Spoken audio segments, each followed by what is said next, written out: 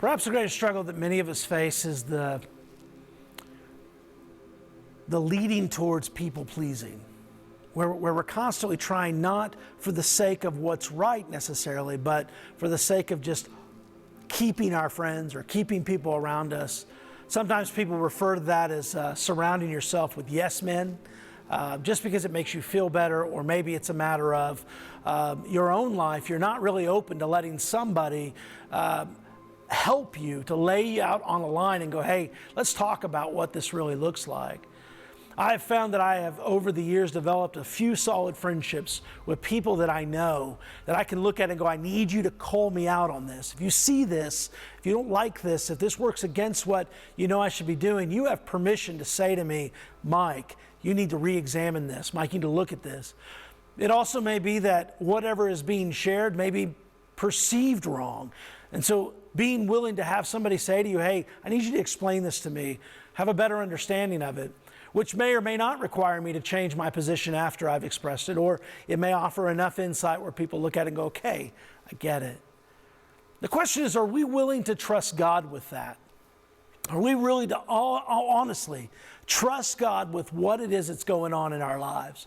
All of our relationships, all of our friendships, all of those events in our lives, are we willing to let God look at our lives and search them so that nothing in our lives would be dishonoring to Him? Because again, as we've been talking about, the most important thing in our lives is to know the Lord and to worship Him forever, to love Him forever, to give Him the honor He is due. Today in Psalm 139, the psalmist closes it up by saying this at verse 23, search me, O God, and know my heart. Test me and know my anxious thoughts. See if there is any offensive way in me, and lead me in the way everlasting. Search me, O God, and know my heart. The idea of knowing my heart is an intimate term. Many times in the Bible, this idea of knowing someone meant a very intimate relationship. In the matter of a husband and a wife, to know one another was a sexual relationship, but it was beyond that. It was the most intimate way that you could know someone. In many ways, the psalmist says, God, search my heart and know me. Know what's going on. Know the things that are happening. Test me. Put it out there and weigh it out and help me to see if I'm doing the things that you're calling me to do. I love this. He says, know my anxious thoughts. You know, when we're anxious in our lives and we won't talk about it, it's often because we don't trust the people we're talking with about that anxiety. We just don't. And there may be, again, a handful of people that we would turn that over, but the one person we should always be willing to turn it over to is God. Why? Well, because we've already talked about it. God is infinite in His knowledge. He's infinite in His knowledge. God is present everywhere in our lives. No matter where we go, no matter what we do, He's there. And God has all the power that is necessary. More specifically, God possesses all power in general and in all infinite terms.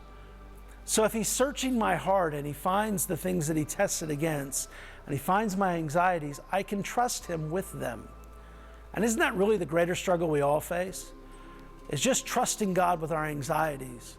Whether it's our marriage, whether it's our finances, whether it's that next step in business, whatever it may be, or that point in my life where I'm saying I got to do something different, but I don't know what it is. Maybe it's having to recalibrate a little bit, to back up and to say, God, you know, I kind of missed some points along the way. I offended some people along the way. I broke some very necessary relationships. I have to go back and mend them, but I'm super anxious about it. Maybe it's owning that reality of, God, I grew up in a pretty hostile world. My life on a daily basis before I left my home was extremely hostile. And I've allowed that hostility to carry over into my everyday life as an adult. And so my anxiety is overwhelming me. I'm not sure what to do with it. What he says to us here is, be trusting. That let God search us. If there's any offensive way, lead me in the way everlasting. You and I have to learn to trust God. Psalm 139 tells us ultimately that the character of God is worthy of trusting Him. Because of who He is and what He does, we have no reason to be fearful of this God. We stand in awe of Him, but we trust Him. This is the God that Jesus permitted us to call Abba. And you and I would do well to begin doing that. God bless you. Go in peace.